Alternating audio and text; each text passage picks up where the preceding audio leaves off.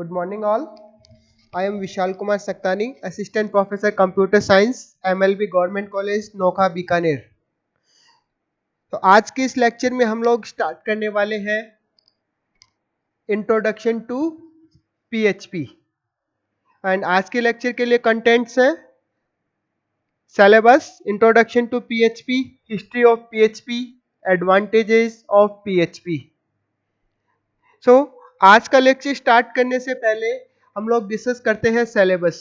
सो जो पीएचपी जो है वो महाराजा गंगा सिंह यूनिवर्सिटी बीकानेर के BA, BCom, BSc vocational computer application के पार्ट 3 का पेपर 2 है। सो पेपर नेम है web development and PHP my SQL.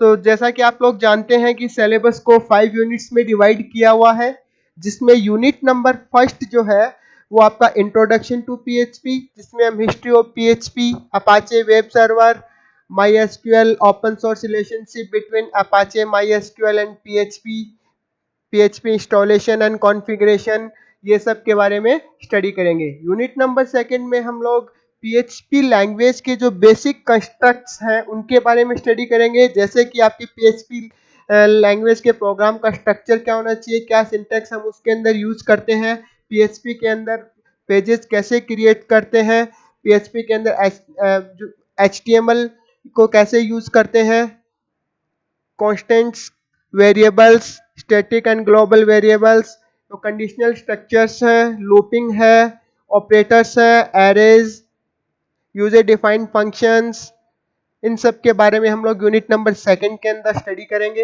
Unit number 3 के अंदर हम लोग MySQL के बारे में स्टडी करेंगे। तो MySQL को हम कैसे यूज कर सकते हैं डेटाबेस के लिए, MySQL के अंदर कौन से डेटा टाइप्स होते हैं, टेबल कैसे क्रिएट करते हैं, डिफरेंट टाइप के स्टोरेज इंजन कौन से हैं, डेटा को रिट्रीव करने के लिए कौन से कमांड्स होते हैं, हम MySQL को PHP के साथ कैसे इंटीग्रेट कर सकते हैं, डेटाबेस सर्वर से कनेक्शन कैसे कर सकते हैं, पीएचपी में एरे के साथ कैसे वर्क कर सकते हैं, ये सब हम यूनिट नंबर 3 में स्टडी करेंगे। यूनिट नंबर 4 जो कि आपका रिलेटेड है working with data and PHP function. So इसके अंदर हम लोग एक HTML जो फॉर्म बनता है, HTML फॉर्म के थ्रू यूजर के डेटा को कैसे प्रोसेस करेंगे, यूजर के इनपुट को कैसे प्रोसेस करेंगे। डिफरेंट टाइप के फॉर्म के अंदर आपके इनपुट टाइप्स हो सकते हैं, जैसे कि check boxes, radio button, text box, text area, ये सब उसके एलिमेंट्स हो सकते हैं। उन सब से हम इनपुट को कैसे यूज कर सकते हैं, पीएचपी फंक्शन के थ्रू इनपुट को कैसे मैनिपुलेट कर सकते हैं, और उसमें आपके डिफरेंट टाइप के कौन से जो फंक्शंस है जो यहाँ पे उस पीएचपी के थ्रू फॉर्म डेटा को एक्सेस करने के लिए यूज किए जा सकते हैं। यूनिट नंबर 5 में हम working with database and PHP functions को स्टडी करेंगे, जिसके अंदर पीएचपी कोड के थ्रू हम डेटाबेस को कैसे एक्सेस करेंगे, डेटाबेस के अंदर हम टेबल कैसे क्रिएट कर सकते हैं, उन टेबल्स के अंदर डेटा कैसे फिल कर सकते हैं, डेटा को मैनिपुलेट कैसे कर सकते हैं, और जो डेटा स्टोर्ड है उस स्टोर डेटा को यूजर के सामने कैसे डिस्प्ले कर सकते हैं, ये सब हम यूनिट नंबर 5 के अंदर स्टडी करने वाले हैं। सो पीएचपी और जो आपका जो सिलेबस है web development and PHP MySQL का, ये बहुत ही इंपॉर्टेंट है, क्योंकि जो आज का जो जमाना है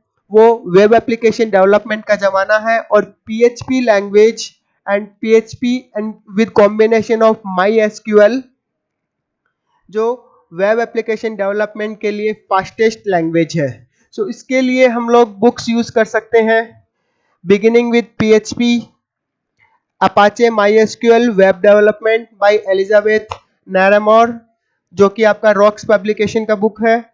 सेकेंड बुक जो हम फॉलो कर सकते हैं, PHP MySQL and Apache, Julie C Meloni by Pearson education, ये सब हम फॉलो कर सकते हैं। इसके अलावा हम लोग ऑनलाइन कंटेंट्स के थ्रू भी इसको इजीली पीएचपी को यूट्यूब वीडियो लेक्चर्स की सहायता से भी इजीली स्टडी कर सकते हैं।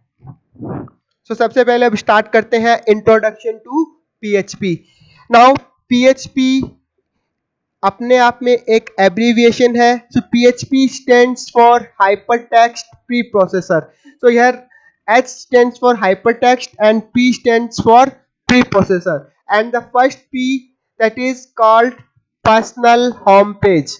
So PHP जो है वो एक open source interpreted object oriented scripting language है जो कि सर्वर साइड पे एग्जीक्यूट होती है. यहाँ पे ओपन सोर्स होने का मीनिंग है कि PHP का जो कोड है वो ओपनली अवेलेबल हो, सोर्स कोड ओपनली अवेलेबल होता है. डेवलपर जो है वो उसको अपने अकॉर्डिंग मॉडिफाई कर सकता है और अपने जो खुद का वर्जन लॉन्च कर सकता है. इंटरप्रेटेड होने का मतलब है PHP के कोड को हमें कंपाइल करने की जरूरत नहीं होती. PHP का कोड रन टाइम में अपना जो टास्क परफॉर्म करता है, that is it is interpreted language. Object oriented है. ऑब्जेक्ट ओरिएंटेड का मीनिंग है ये ऑब्जेक्ट ओरिएंटेड कॉन्सेप्ट्स को फॉलो करता है, जैसे कि classes, objects, data abstraction, encapsulation, polymorphism, data hiding, इन सब कॉन्सेप्ट को PHP लैंग्वेज फॉलो करती है. उसके अलावा PHP लैंग्वेज जो है वो आपका स्क्रिप्टिंग लैंग्वेज है. स्क्रिप्टिंग लैंग्वेज का मीनिंग यहाँ पे है कि ये आप PHP का जो सारा जो भी एग्जीक्यूशन होता है कोड का, वो सारा रन टाइम पे एग्जीक्यूशन होता है और एग्जीक्यूशन, इसके लिए हमें किसी भी कोड को कंपाइल करने की जरूरत नहीं होती. और स्क्रिप्टिंग लैंग्वेज जो है उसके अंदर डेटा का कोई भी टाइप नहीं होता. हमें डेटा टाइप को पहले से डिफाइन नहीं करना पड़ता. जो आपका रन टाइम पे जो भी हम डेटा स्टोर करते हैं वेरिएबल, उसी के अकॉर्डिंग वेरिएबल का डेटा टाइप डिसाइड होता है. और नेक्स्ट PHP जो है सर्वर साइड पे एग्जीक्यूट होती है, यानी PHP का कोड जो है वो एक सर्वर पे एग्जीक्यूट होगा और उसका जो फिर रेस्पॉन्स जो है वो HTML के फॉर्म में क्लाइंट के पास में अवेलेबल होगा.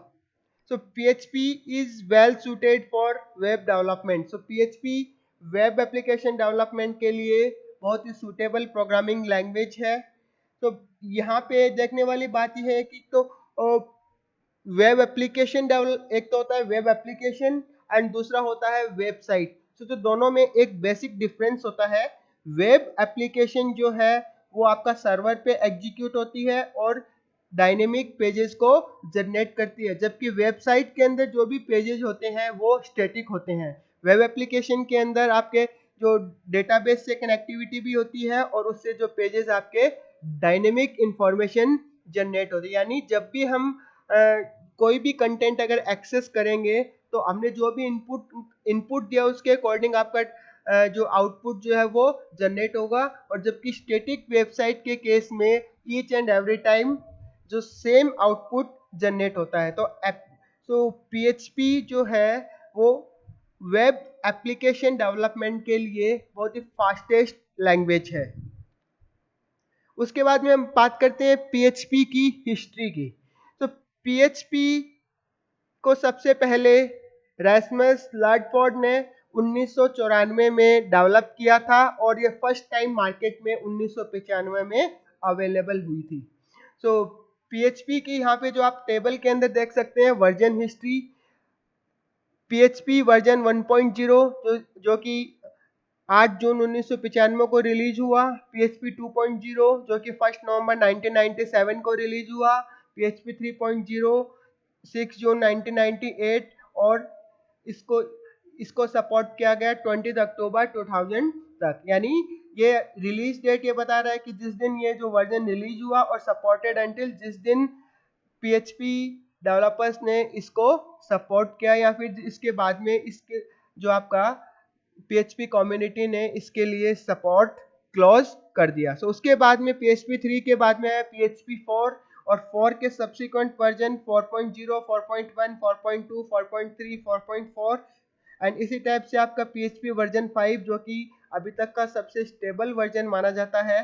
तो उसके वर्जन आए. तो PHP 5.0 सबसे पहले लॉन्च किया गया था 13 जुलाई 2004 को. उसके बाद में उसके 5.1, 5.2, 5.3 ये सब वर्जन आए. उसके बाद में 5.4, 5.5 एंड 5.6. सो 5.6 वर्जन जो है वो 31 दिसंबर 2018 तक सपोर्टेड था। सो PHP का जो वर्जन 5 है ये जो है मोस्ट पॉपुलर वर्जन में से एक था, और ये जितने भी वर्जन्स हैं इन सब वर्जन में जो भी पिछले वर्जन के अंदर कुछ ड्रॉबैक्स रहे होंगे या फिर कुछ नए जो भी फीचर्स पिछले वर्जन के अंदर नहीं थे उन नए फीचर्स को इसके अंदर ऐड किया गया, कुछ पुराने फीचर्स को इसमें से रिमूव किया गया, और इसके साथ साथ इसमें जो परफॉर्मेंस इंप्रूवमेंट के लिए भी कुछ न कुछ नया कंस्टेंट्स और परफॉर्मेंस इंप्रूवमेंट के लिए भी इसको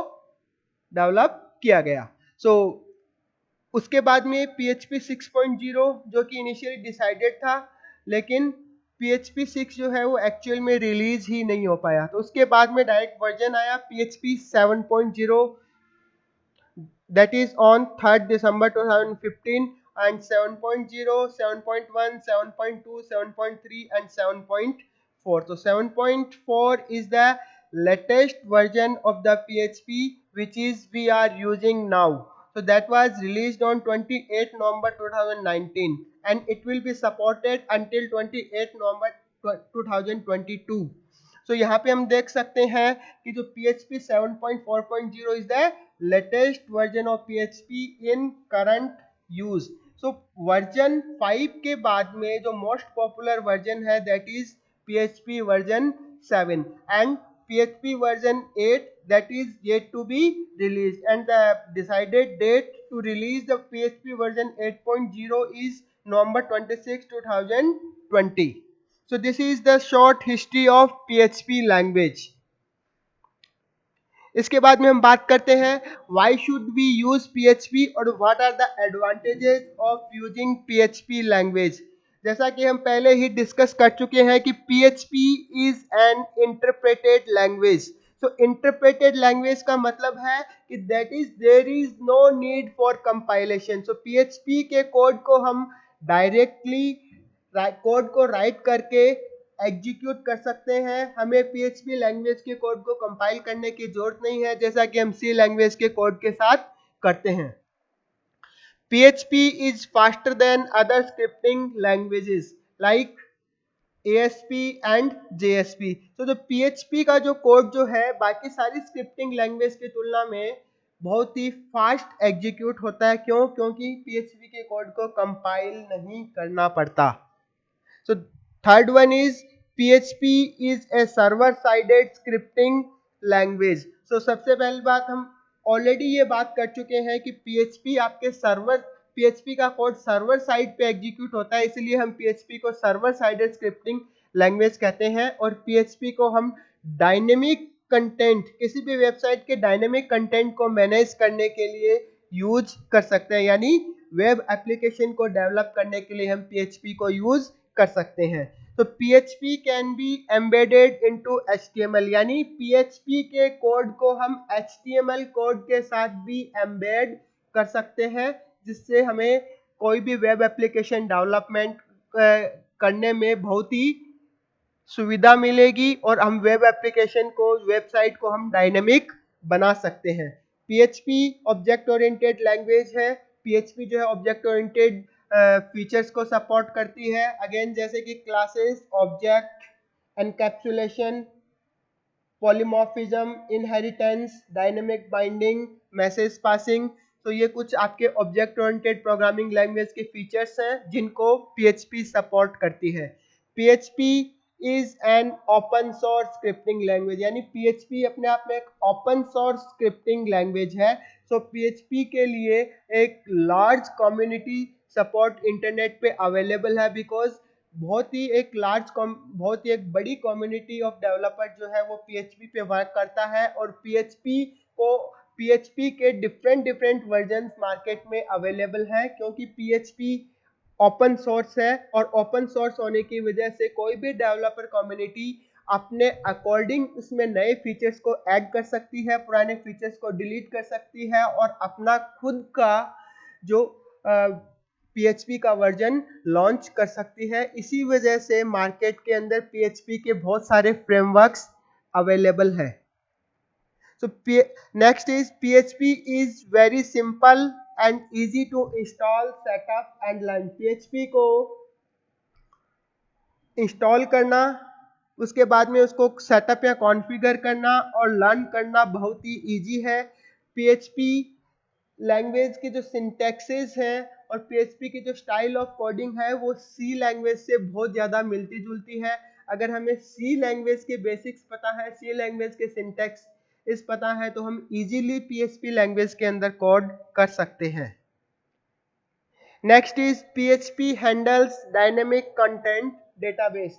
जैसा कि हम पहले ही कह चुके हैं कि PHP एक वेब एप्लीकेशन डेवलपमेंट के लिए बहुत ही सूटेबल लैंग्वेज है जो कि डायनेमिक कंटेंट्स को हैंडल कर सकती है. तो डेटाबेस के साथ में हम डेटाबेस को हैंडल कर सकती है. तो PHP के साथ में जो मोस्ट पॉपुलर यूज डेटाबेस है, मोस्ट कॉमनली यूज डेटाबेस है, दैट इज MySQL.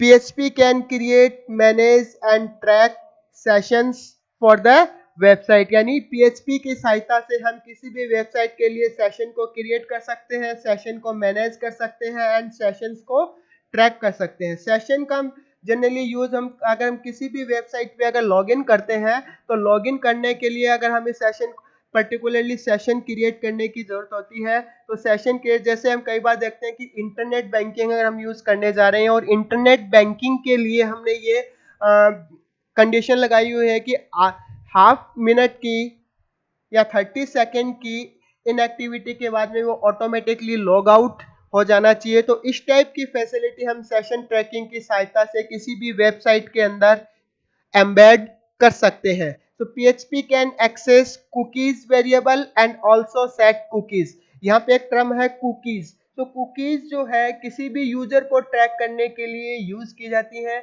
यूजर ने कौन सा वेब पेज एक्सेस किया, वो कब उसने कौन से कंटेंट को एक्सेस किया, इन सब को ट्रैक करने के लिए कुकीज का यूज होता है. तो PHP में हम कुकीज वेरिएबल की सहायता से कुकीज को सेट कर सकते हैं, कुकीज को एक्सेस कर सकते हैं.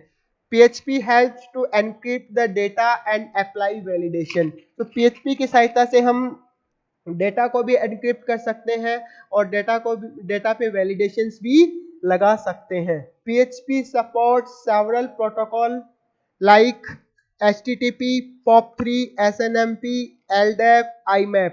So बहुत सारे OSI मॉडल या TCP/IP मॉडल के अंदर यूज होने वाले प्रोटोकॉल्स को PHP सपोर्ट करता है, जिससे कि हमारी जो वेबसाइट जो हम एक बहुत ही बेटर वे में इंटरनेट पे रन करने के लिए वेबसाइट डेवलप कर सकते हैं. तो सम इम्पोर्टेंट प्रोटोकॉल जैसे कि HTTP hyper text transfer protocol, POP3 जो कि POP3 को हम मेल एक्सेस करने के लिए यूज करते हैं, post office protocol version 3, SNMP that is simple network management protocol, LDAP that is lightweight directory access protocol, IMAP internet mail access protocol जो कि हम मेल एक्सेस करने के लिए यूज करते हैं.